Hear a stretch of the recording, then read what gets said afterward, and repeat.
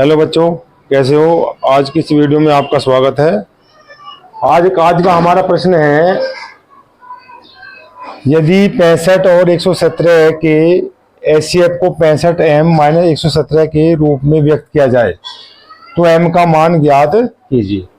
तो सबसे पहले हम, चूंकि हमें 65 और 117 का एचसीएफ दिया हुआ है, तो हमें 65 और 117 का पहले एचसीएफ ही निकालना होगा। तो सबसे बड़ी संख्या हमारी 117 है। 117 को हम 65 से भाग करेंगे और 65 दूना ज्यादा हो जाएंगे, इकन पे चलेगी मारनी यहाँ पर। 65 इकन 65, 7 में 5 के 2, 11 में 6 के 5। इसके बाद में 52 के सामने फिर ये 65 हम आगे उतार लेंगे और 52 इकन 52, और 5 में से 2 गए 3, 6 में 5 गया 1। फिर इसके बाद 13 के सामने फिर हम 52 उतार लेंगे यहाँ, यानी कि 52 को 13 से भाग करेंगे, 13 चौका 52। तो अब यहाँ पर चूंकि शेषफल 0 हो गया, तो इसलिए जो 13 होगा ये 65 और 117 का एचसीएफ होगा। इसलिए 65,117 का एचसीएफ बराबर होगा 13। अब प्रश्नानुसार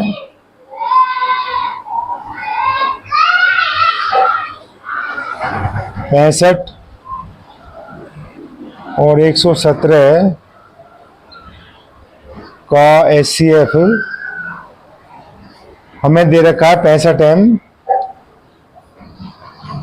माइनस 117 के बराबर दिया हुआ है। तो अब चूंकि ये भी एचसीएफ है और ये भी एचसीएफ है एक ही संख्याओं का, तो इसलिए दोनों आपस में बराबर हो जाएंगे। तो इसलिए 65m माइनस 117 बराबर 13, और 65m बराबर होगा 13 जमा 117।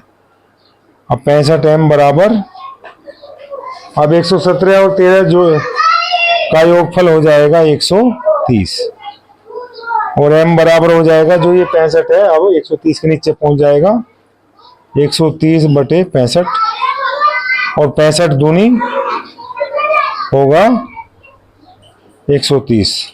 तो यहाँ पर m का मान 2 आया। तो इस तरह से m का मान हम ज्ञात कर सकते हैं।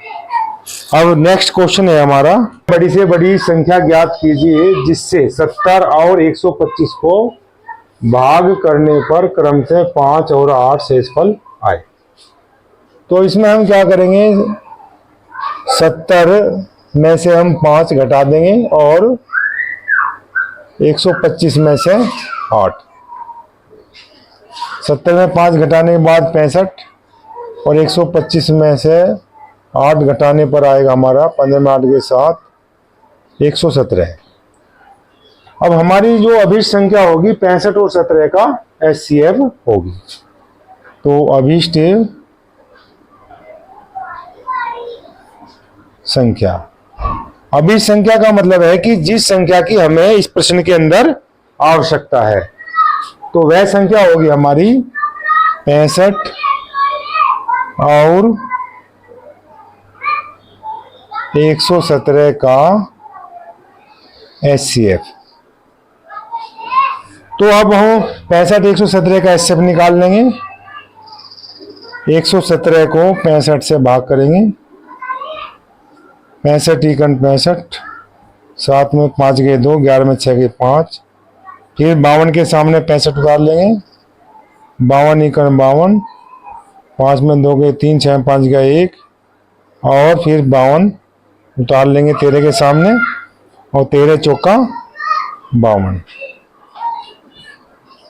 तो इस तरह से हमारा जो एचसीएफ आया 65 और 117 का एचसीएफ 13 आया। तो यानी कि जो हमारी अभीष्ट संख्या होगी वो 13 होगी। इसलिए अभीष्ट संख्या बराबर 13।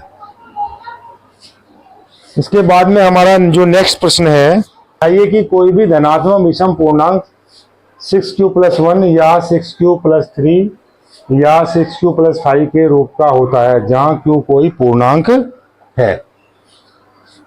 तो हम ये मान लेंगे, माना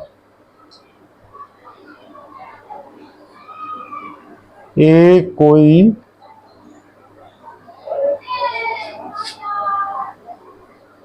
धनात्मक विषम पूर्णांक है और b बराबर 6। क्योंकि हमारी जो यूक्लिड एल्गोरिथम होती है, यूक्लिड विभाजन एल्गोरिथम, वो होती है a बराबर BQ+R। तो इसे अब हम लिखेंगे यूक्लिड विभाजन एल्गोरिथम से। तो ए के स्थान पर हमारा यहां पर ए है, तो ए बराबर हो जाएगा, बी के स्थान पर है, यहां पर बी हमने 6 माना है, 6q+R।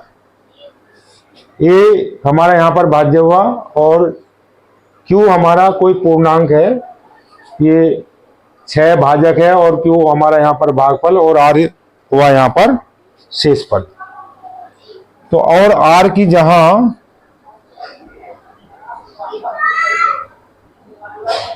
r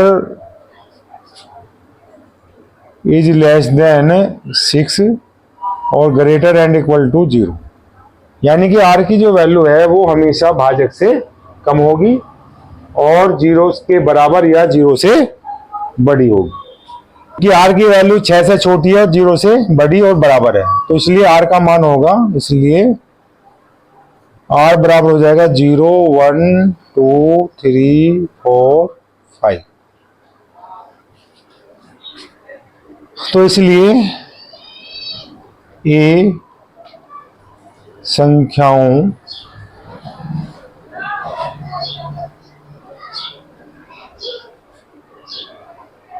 क्योंकि जब हम यहाँ r का मान यहाँ 0 भरेंगे तो a का मान हो जाएगा 6q। जब r की वैल्यू 1 भरेंगे तो 6q+1, फिर r की वैल्यू 2 भरेंगे तो 6q+2, r की वैल्यू 3 भरेंगे तो 6q+3 और 6q+4 या 6q+5 के रूप का होगा। अब चूंकि a जो है हमारा धनात्मक विषम पूर्णांक है, अब चूंकि a कोई धनात्मक विषम पूर्णांक है, जब ये धनात्मक विषम पूर्णांक है तो इसलिए a संख्याओं 6q, 6q+2 और 6q+4 के रूप का नहीं हो सकता,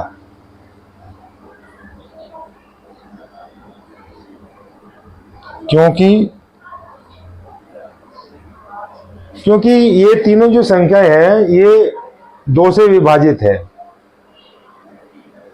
क्योंकि 6q भी 2 से भाग हो जाएगा और 6q+2 इसमें 2 कॉमन लेने के बाद में 2 से भाग हो जाएगा। इसी तरह से 6q+4 में से जब हम 2 कॉमन लेंगे तो ये 2 कॉमन हो जाएगा और 2 से भाग हो जाएगा। तो इस क्योंकि तीनों 2 से विभाजित है,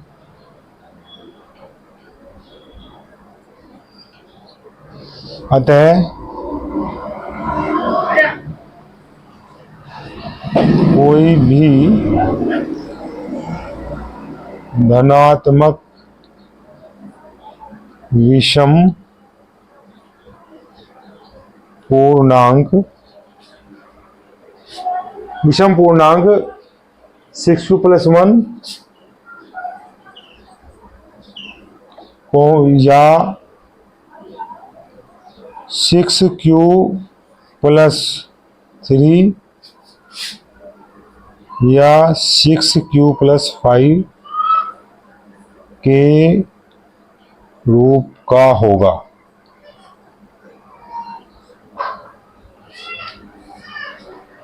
तो इस प्रकार